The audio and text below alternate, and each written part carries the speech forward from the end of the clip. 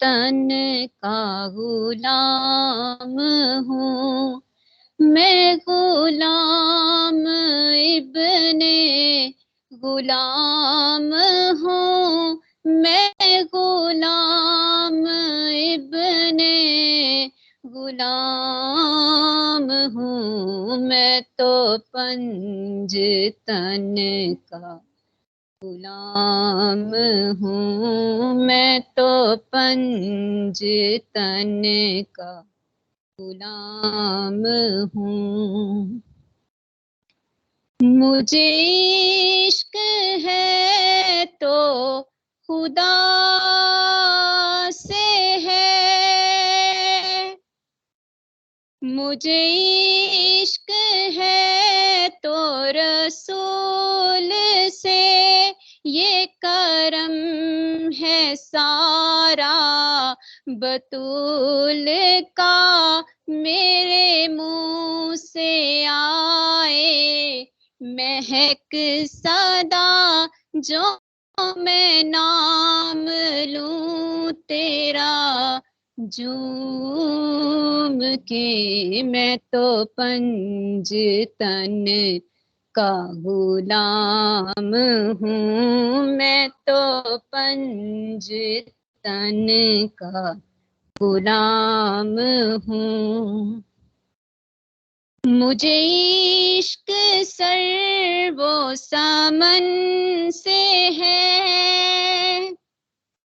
مجھے عشق سارے چمن سے ہے، مجھے عشق ان کے وطن سے ہے، مجھے عشق ان کی گلی سے ہے، مجھے عشق ہے تو علی سے ہے، مجھے عشق ہے تو حسن سے ہے، مجھے عشق ہے تو حسین سے، مجھے عشق شاہ زمن سے ہے، میں تو پنج تن کا غلام ہوں، میں تو پنج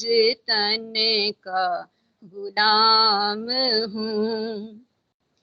ہوا کیسے تن سے وہ سر جدا، جہاں عشق ہو وہی کربلا، میری بات انہی کی بات ہے، میرے سامنے وہی ذات ہے، وہی جن کو شیر خدا کہیں، جنہیں باب صلی علی کہیں، وہی جن کو آل نبی کہیں، وہی جن کو ذات علی کہیں، وہی پختہ ہے، میں تو خام ہوں، میں تو پنج تن کا غلام ہوں، میں تو پنج تن کا غلام ہوں، میں غلام ابن غلام ہوں، میں تو پنج تن کا غلام ہوں۔ جزاک اللہ۔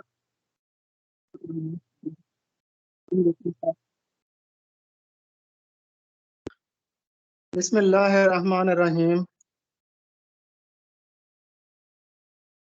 آج لیکچر نمبر 24 کا آغاز کرتے ہیں۔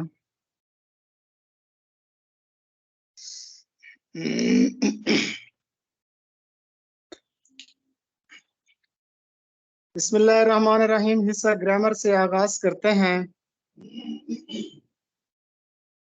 آپ سب کے علم میں ہے کہ اللہ تعالیٰ نے انسان کو تخلیق کیا،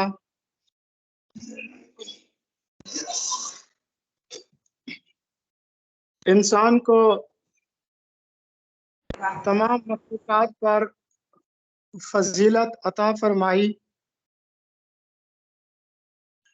اور انسان کو قوت گویائی اور عقل و شعور کی نعمتوں سے مالا مال کیا۔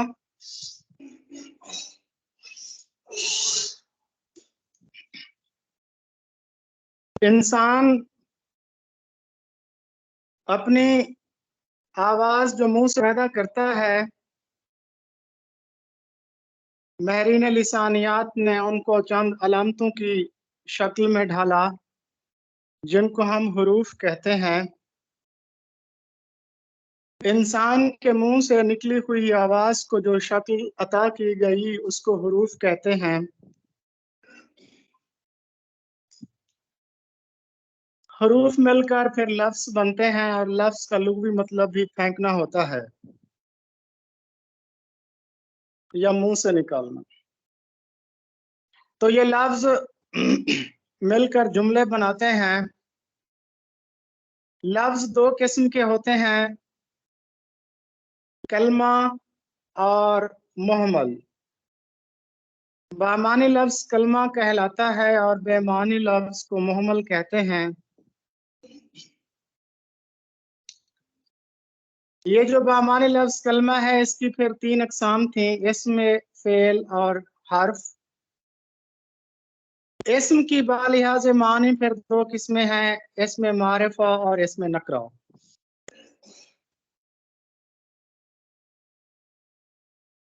خاص چیز کو اسم معرفہ کہا جاتا ہے اور عام چیز کو اسم نکرہ کہا جاتا ہے۔ تو اللہ تعالیٰ نے سب سے پہلے قوت گویائی دی، انسان نے اپنے منہ سے آواز پیدا کی، اس آواز کو پھر حرف کی شکل دی گئی، حرف مل کر لفظ بنے۔ لفظ پھر دو قسم کے ہیں، بامعنی لفظ کو کلمہ کی پھر ایک قسم ہے اسم کی پھر دو قسمیں ہیں، معرفہ اور نکرہ۔ تو اسم معرفہ ہم پڑھ رہے تھے۔ اسم معرفہ کسی خاص شخص، چیز، جگہ یا تصور کے نام کو کہا جاتا ہے۔ اس کی پھر مزید چار اقسام تھی۔ اسم علم جو ہم پڑھ چکے ہیں، جو خاص نام ہوتے ہیں جیسے قائد اعظم۔ اسم ضمیر ایسا نام، ایسا لفظ یا ایسا اسم جو کسی دوسرے اسم کی جگہ استعمال کیا جائے، یہ بھی پڑھ چکے ہیں۔ آج ہم اسم معرفہ کی تیسری قسم پڑھیں گے، اسم اشارہ۔ تو آواز سے مل کر حروف، حروف سے مل کر لفظ، لفظ سے مل کر اسم، اسم سے مل کر معرفہ، معرفہ سے مل کر پھر اسم اشارہ۔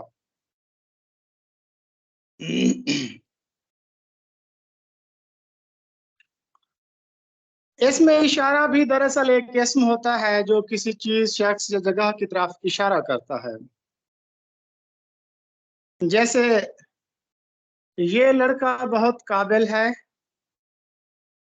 وہ عورت بڑی لڑاکا ہے، یہ میرا قلم ہے، وہ کس کی کتاب ہے۔ اب ان جملوں میں یہ وہ اسم اشارہ ہیں۔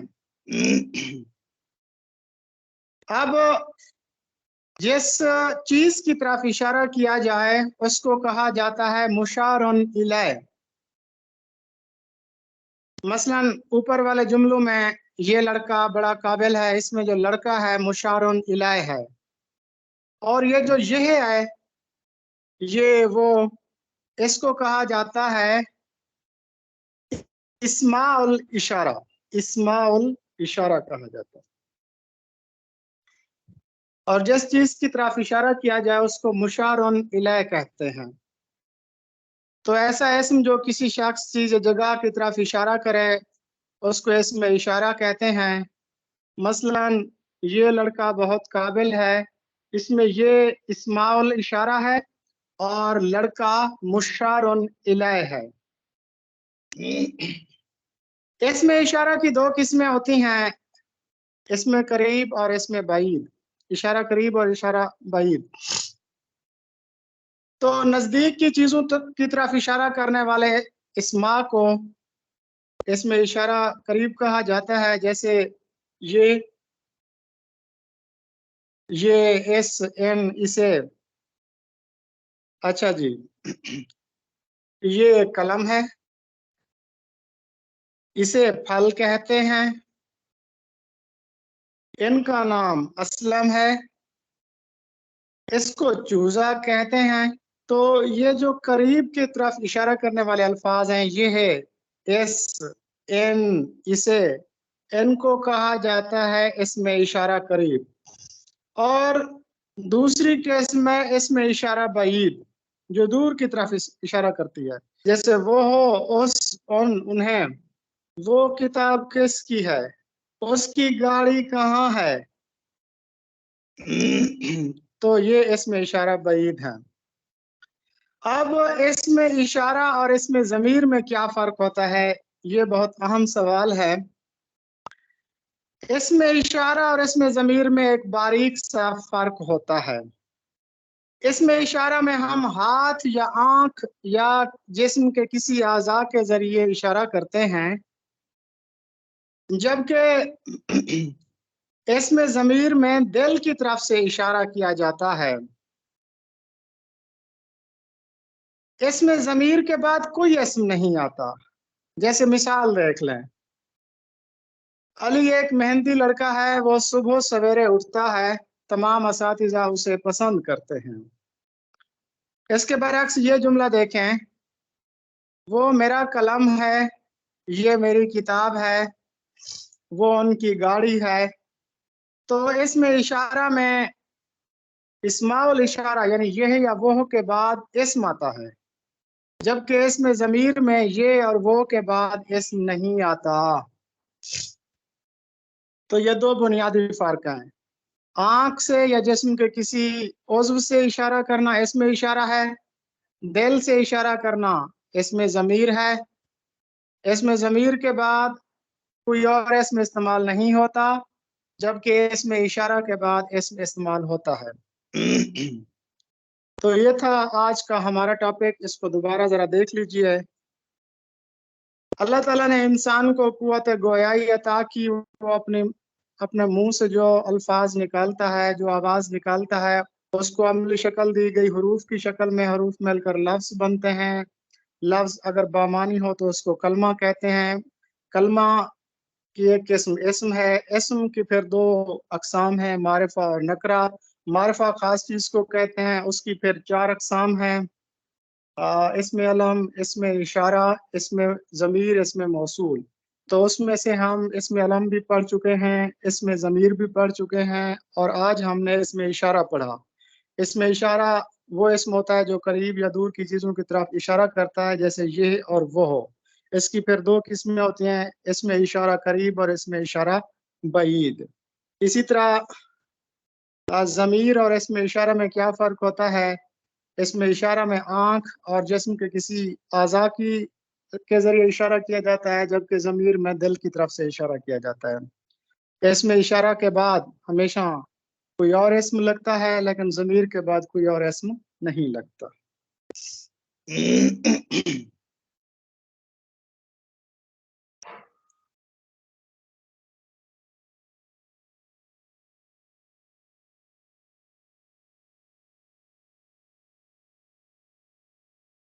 جی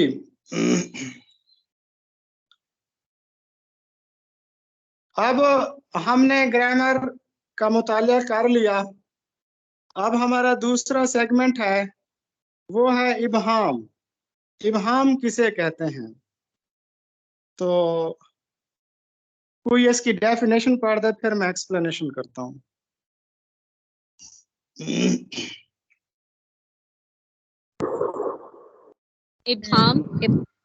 ابہام کو انگریزی میں ایمبیگوٹی کی صورت کہتے ہیں۔ اس کی صورتحال اس وقت رونما ہوتی ہے جب کسی لفظ، محاورے، جملے اشارے وغیرہ کی ایسی ترسیل کی جائے کہ اس سے ایک کی بجائے کئی معنی اور مطالب ممکن ہوں۔ ابہام کا ایک عام پہلو عدم تعین ہے۔ یہ ہر خیال یا بیان کا حادثہ ہے جس کے ارادی معنی قطعی طور کسی اصول یا طریقہ کار کی روشنی میں سلجھائے نہیں جا سکتے جس میں مقررہ اقدامات شامل ہوں۔ جی بالکل، آپ دیکھتے ہیں کہ ابہام اور ایہام یہ اردو شاعری کا خاصہ رہے ہیں۔ ابہام اس وقت پیدا ہوتا ہے کہ جب شاعر میٹافوریکل ورسز لکھتا ہے، جب وہ علامتی اور استعاراتی انداز اختیار کرتا ہے کہ جس کو ایک ہنرمند قاری یا سامع ہی سمجھ سکتا ہے۔ ابہام کا سب سے پہلے استعمال تو امیر خسرو کی شاعری میں ہمیں ملتا ہے، اور اس کے بعد غالب کے کلام میں بھی ابہام پایا جاتا ہے، لیکن سب سے زیادہ جو ابہام پایا جاتا ہے وہ نون میم راشد کی شاعری میں پایا جاتا ہے۔ تو ابہام کا مطلب ہوتا ہے کہ جب کمیونیکیشن کلیئر نہ ہو، جب بولنے والے کا مدعا اور مقصد سننے والا یا قاری پڑھنے والا صحیح طریقے سے سمجھ نہ سکے، یعنی کہ جب مدعا کی مکمل طریقے سے ترسیل نہ ہو تو اس سچویشن کو کہتے ہیں ایمبیگوٹی یا ابہام۔ اور نون میم راشد کے اگر کلام کو دیکھیں تو اس میں بہت زیادہ ابہام پایا جاتا ہے، جیسے ان کی ایک نظم ہے پہلی کرن، شاید یہ شاید کسی نے مسرت کی پہلی کرن دیکھ پائی، یہ شاید کسی نے مسرت کی پہلی کرن دیکھ پائی، نہیں اس دریچے کے باہر تو جھانکو، خدا کا جنازہ لیے جا رہے ہیں فرشتے، اسی ساحر بے نشاں کا جو مغرب کا آقا تھا مشرق کا آقا نہیں تھا، یہ انسان کی برتری کے نئے دور کے شادیانے ہیں سن لو، یہی ہے نئے دور کا پرتو اولی بھی، اٹھو اور ہم بھی زمانے کی تازہ ولادت کے اس جشن میں مل کے دھومیں مچائیں، شعاؤں کے طوفان میں بے محابہ نہائیں۔ تو دیکھیں اب یہ نون میم راشد کی نظم ہے پہلی کرن، اس میں کتنا ایمبیگوٹی ہے، اس کو قاری یا سامع نہیں سمجھ سکتا، لیکن یہاں پر وہ ایک میٹافوریکل یا استعاراتی انداز اپناتے ہوئے کہتے ہیں کہ یہ جو ملوکیت ہے، یہ جو بادشاہت ہے، یہ اس زمانے میں عام تھی، تو آہستہ آہستہ بادشاہت ختم ہو رہی تھی، تو اسی طرف یہ اشارہ کر رہے ہیں کہ خدا کا جنازہ لیے جا رہے ہیں فرشتے، کہ اب دنیا سے کا خاتمہ، غلامی کا خاتمہ ہو رہا ہے، ملوکیت کا خاتمہ ہو رہا ہے، اب لوگوں کو حقوق ملنا شروع ہو گئے ہیں، اور یہ حقوق مغرب میں تو پہلے ہی مل چکے تھے، تو اب ایک اتنا ابہام ہے کہ ایک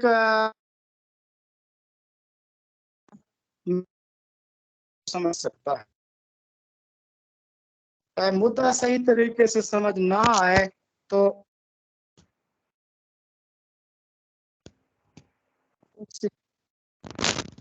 نیکسٹ میڈم۔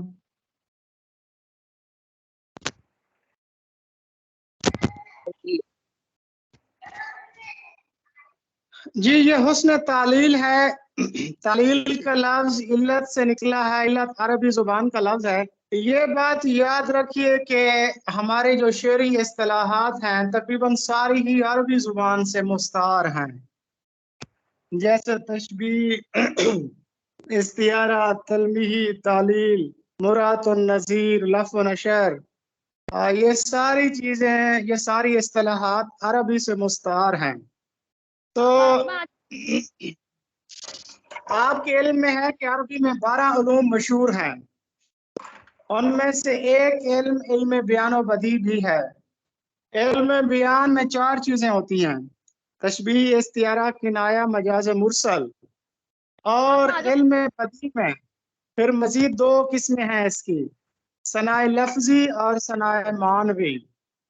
تو ہاں جی ان میں سے ایک صنعت ہے صنعت حسن تعلیل۔ حسن تعلیل وہ صنعت ہے کہ جس میں کسی چیز کی توجہ پیش کی جاتی ہے، اس کے وقوع پذیر ہونے کی وجہ بیان کی جاتی ہے۔ اس صنعت میں شاعر کسی واقعے کی اصلی، منطقی، جغرافیائی یا سائنسی وجہ کو نظر انداز کر کے تخیلاتی، جذباتی اور شاعرانہ وجہ بیان کرتا ہے۔ اب حسن تعلیل کو ایک شعر سے سمجھتے ہیں۔ بے سبب زلزلہ عالم میں نہیں آتا، بے سبب زلزلہ عالم میں نہیں آتا ہے، کوئی بے تاب تہے خاک تڑپتا ہوگا۔ اب یہاں پر شاعر نے زلزلہ آنے کی ایک شاعرانہ وجہ بیان کی ہے کہ کسی عاشق کا زیر زمین تڑپنا ہی دراصل زلزلے کی وجہ ہے۔ اسی طرح سینکڑوں اشعار ہیں حسن تعلیل کے متعلق، اور اکثر پیپر میں بھی یہ صنعت پوچھی جاتی ہے۔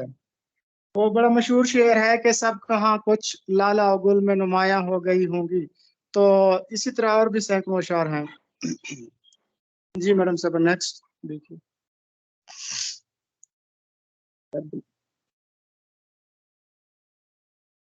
جی پہلی معروضیہ حصہ جنرل نالج میں سے کہ تاج محل، ایک کمی تھی تاج محل میں، ہم نے تیری تصویر لگا دی۔ تو تاج محل آپ کے علم میں ہے کہ مغل شہنشاہ شاہ جہاں نے تعمیر کرایا تھا، اور یہ بھارت کے شہر آگرہ میں دریا جمنا کے کنارے واقع ہے، اور تاج محل سنگ مرمر سے بنا ہوا ہے۔ یہ انہوں نے اپنی ملکہ ممتاز محل کی یاد میں بنوایا تھا، اور دنیا بھر سے لاکھوں سیاح اس کو دیکھنے کے لیے ہر سال آتے ہیں۔ یہ فارسی، ترکی، ہندوستانی اور اسلامی طرز تعمیر کا ایک ملاپ ہے۔ یہ غالباً 1632 میں تعمیر ہونا شروع ہوا تھا، اور اس کے بعد غالباً 1648 میں یہ مکمل ہوا تھا۔ کہا جاتا ہے کہ استاد احمد لاہوری نے اس کو تعمیر کیا تھا۔ اس کے جو معمار تھے، اس کو تعمیر کرنے والے تھے، وہ تھے احمد لاہوری۔ اور 1983 میں اقوام متحدہ نے اس کو عالمی ورثہ قرار دیا تھا۔ تو اب اس کی رنگت آہستہ آہستہ زرد ہو رہی ہے۔ تو وہ کس وجہ سے زرد ہو رہی ہے؟ کیونکہ فضا میں سلفر ڈائی آکسائڈ کی مقدار بڑھ گئی ہے، جس کی وجہ سے تاج محل کی جو رنگت ہے وہ زرد ہو رہی ہے۔ جی دوسری معروضی ہے کہ جنگلات کے کٹاؤ کا عالمی دن کب منایا جاتا ہے، یا یوم جنگلات کب منایا جاتا ہے؟ تو یوم جنگلات ہر سال 21 مارچ کو منایا جاتا ہے۔ وہ اس لیے منایا جاتا ہے کہ ہر سال کہا جاتا ہے کہ 32 ملین ایکڑ جنگلات کا صفائی کیا جاتا ہے، یعنی 32 ملین ایکڑ پر جو درخت ہیں وہ کاٹے جاتے ہیں۔ یہ 32 ملین ایکڑ رقبہ انگلستان کے پورے رقبے کے برابر ہے، یعنی ہر سال انگلستان کے رقبے کے برابر دنیا سے درخت کاٹے جا رہے تھے۔ اس عالمی کٹاؤ کو روکنے کے لیے ہر سال اقوام متحدہ کی طرف سے 21 مارچ کو یوم جنگلات منایا جاتا ہے۔ اس کے بعد ہے ان دی لائن آف فائر، یہ کس کی آٹو بایوگرافی ہے؟ جی میری آواز پہنچ رہی ہے سب تک؟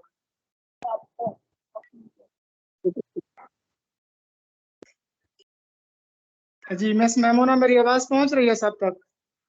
جی سر بالکل آپ کی آواز آ رہی ہے۔ جی نیکسٹ معروضی ہے کہ ان دی لائن آف فائر، یہ کس کی آٹو بایوگرافی ہے، کس کی خود نوشت ہے، کس کی آپ بیتی ہے؟ تو یہ پاکستان کے سابق صدر پرویز مشرف کی لکھی ہوئی کتاب ہے ان دی لائن آف فائر۔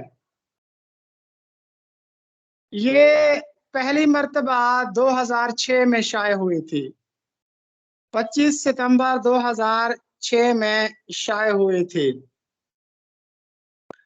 پھر اس کا اردو ترجمہ شائع کیا گیا۔ کتاب کا آغاز اس وقت سے شروع ہوتا ہے جب مشرف نے فوج میں شمولیت اختیار کی تھی۔ پھر انہوں نے اپنی بچپن، اپنی تعلیم، ترکی کے قیام کا تذکرہ کیا ہے۔ انہوں نے اپنے والدین کے متعلق بھی بتایا ہے کہ جو انتہائی غریب ہونے کے باوجود سوشل ویلفیئر کے کاموں میں بڑھ چڑھ کر حصہ لیتے تھے۔ انہوں نے اپنی شرارتوں کا بھی ذکر کیا ہے، آم کے درخت سے گرنے کا تذکرہ کیا ہے، اور استاد کے خطوط کے ڈبے میں اپنا ٹائم بم اس کا ذکر کیا ہے، اور اسی طرح ملٹری اکیڈمی کاکول میں ان کا داخلہ کیسے ہوا اس کا ذکر کیا ہے، مختلف پاکستانی آفیسرز کا ذکر کیا ہے، سیاستدانوں کا ذکر کیا ہے، اور پاکستان میں جو ایک روایتی جمہوریت ہے اس کی کمزور جڑوں اور بار بار کے ماشاء اللہ کی وجوہات بیان کی ہیں۔ انہوں نے یہ جو ضیاء کے دور میں مارشل لا لگا تھا اس کا بھی تذکرہ کیا ہے، اور وہ خود کو پاکستانی آرمی کا کمانڈوز سمجھنے کے لیے کمانڈر ہونے پر انتہائی فخر کا اظہار کرتے تھے۔ تو اس طرح کے انہوں نے باتیں کی ہیں اپنی آپ بیتی میں۔ جی میڈم صاحب نیکسٹ سلائیڈ۔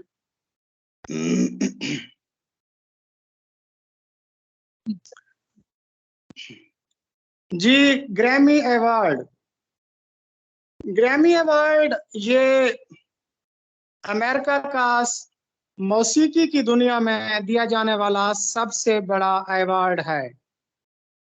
یہ ایک گراموفون کی شکل میں ہوتا ہے، اور یہ ہر سال موسیقی کے میدان میں بہترین کارکردگی دکھانے والے شخص کو دیا جاتا ہے۔ تو تقریباً میرے خیال میں 64 اس کے ایوارڈز ہو چکے ہیں۔ تو پاکستان کی بھی ایک لڑکی عروج آفتاب کو یہ گریمی ایوارڈ دیا گیا تھا۔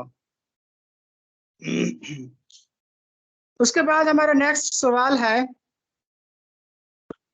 کہ پاکستان کا جو سب سے بڑا فوجی اعزاز ہے جس کو نشان حیدر کہا جاتا ہے وہ کتنے لوگوں کو دیا جا چکا ہے؟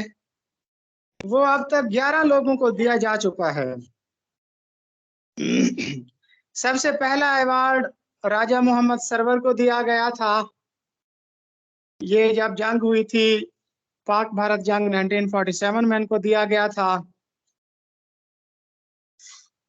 دوسرا ایوارڈ میجر طفیل محمد کو دیا گیا تھا۔ اچھا، تیسرا ایوارڈ راجہ عزیز بھٹی شہید کو 1965 کی جنگ میں بہادری دکھانے پر دیا گیا تھا۔ پھر 1971 کی جنگ میں راشد منہاس کو دیا گیا تھا۔ پھر میجر شبیر شریف کو دیا گیا تھا۔ پھر سوار محمد حسین شہید کو دیا گیا تھا، اور اس کے بعد میجر محمد اکرم کو دیا گیا تھا 1971 کی جنگ میں۔ لانس نائک محمد محفوظ شہید کو دیا گیا تھا، یہ بھی 1971 کی جنگ میں۔ اس کے بعد کرنل شیر خان کو کارگل کی جنگ میں دیا گیا تھا۔ اس کے بعد حوالدار لالک جان کو بھی دیا گیا ہے، یہ بھی کارگل کی جنگ میں دیا گیا تھا۔ اور اس کے بعد پھر نائک سیف علی جنجوعہ، یہ چونکہ آزاد کشمیر ریجمنٹ سے تھے لہٰذا اس کو کاؤنٹ نہیں کیا جاتا۔ کہا جاتا ہے کہ جی 10 ہمارے نشان حیدر کے ایوارڈ ہیں، لیکن اگر دیکھیں آفیشلی دیکھیں تو ان کے 11 ایوارڈ دیے جا چکے ہیں۔ تو اب یہاں پتہ نہیں کیا جواب لکھا ہے انہوں نے، میں نے تو جواب ہی نہیں دیکھے۔ تو میڈم صاحب یہاں پر انہوں نے کیا جواب لکھا ہے؟ 10 لکھا ہے 11 لکھا ہے؟ کیونکہ ایک تو آزاد کشمیر کو پاکستان کا حصہ نہیں کہہ سکتے آفیشلی، تو اس لیے سر یہ دونوں آپشن ہے، آپشن تو ادھر 2 دیے ہوئے ہیں، 10 بھی ہے 11 بھی ہے۔ تو اس کا جو درست جواب ہے نا ایٹ دا اینڈ وہ دیکھیے، میرے خیال میں 10 ہوگا، کیونکہ قانونی طور پر 10 جو ہے نا وہ پاکستان کے چاروں صوبوں سے دیے گئے تھے، اور یہ جو نائک سیف علی جنجوعہ تھے یہ چونکہ آزاد کشمیر ریجمنٹ سے تھے اس لیے شاید ان کو کاؤنٹ نہیں کیا جاتا۔ جی نیکسٹ مروزی دیکھیے۔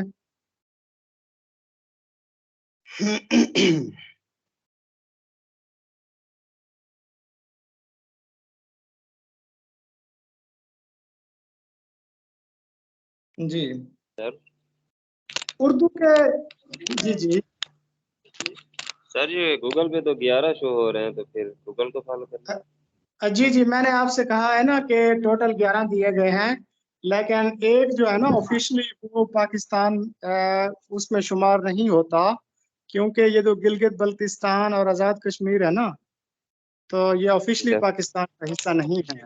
اگر ہم ان کو آفیشلی پاکستان کا حصہ ڈکلیئر کرتے ہیں تو انڈیا کشمیر کو اپنا حصہ ڈکلیئر کر لے گا، تو اس لیے اچھا جی اردو کے بہت سے نام ہیں، ان کا قدیم ترین نام ہے ہندی یا ہندوی۔ ہندوستان کی نسبت سے اس کو ہندی یا ہندوی کہا جاتا ہے۔ تو اس کے بابری کے متعلق ہم تفصیل پڑھ چکے ہیں، اور اس کے بعد جو پہلے مغل بادشاہ تھے ظہیر الدین بابر جنہوں نے یہ توسک بابری لکھی ہے، اس کے متعلق بھی ہم ڈسکس کر چکے ہیں۔ اور بابر جو ہے 1526 کو ان کے نام کا خطبہ پڑھا گیا تھا۔ بابر کے بارے میں کہا جاتا ہے کہ وہ ترکی بولتے تھے، لیکن وہ ہندی میں بھی شاعری کرتے تھے، وہ شاعر بھی تھے۔ بابر کی ہندی شاعری کا ایک شعر ہے،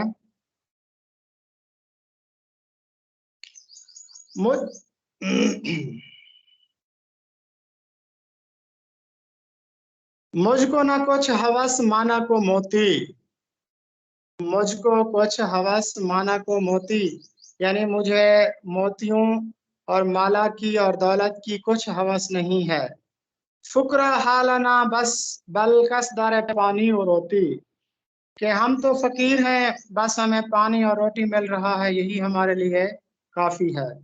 تو بابر جو کہ پہلے مغل بادشاہ تھے، انہوں نے ہندی میں بھی شاعری کی تھی۔ ان کا ایک مشہور شعر ہے، مجھ کو نہ کچھ ہوس مانا کو موتی، فقرا حالنا بس بل قصدر پانی اور روٹی۔ بابر کے نام کا خطبہ 27 اپریل 1526 کو پڑھا گیا تھا۔ جی میڈم صاحب نیکسٹ۔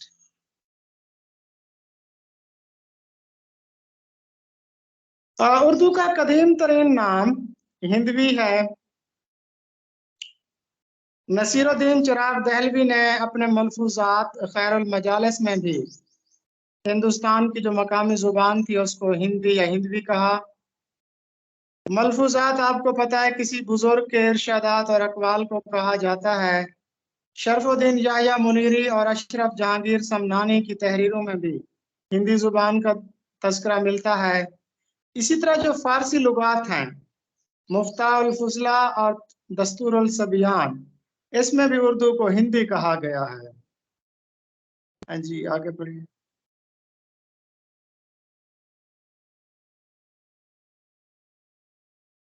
اور سابرس میں بھی اس کو ہندی یا ہندوی کہا گیا ہے۔ راسخ یہ تخلص تھا شیخ غلام علی کا، اور سجل سرمست کے متعلق ہم پڑھ چکے ہیں، شاعر ہفت زباں، ان کا اصل نام عبد الوہاب تھا۔ اس کے بعد ہے دلی کالج۔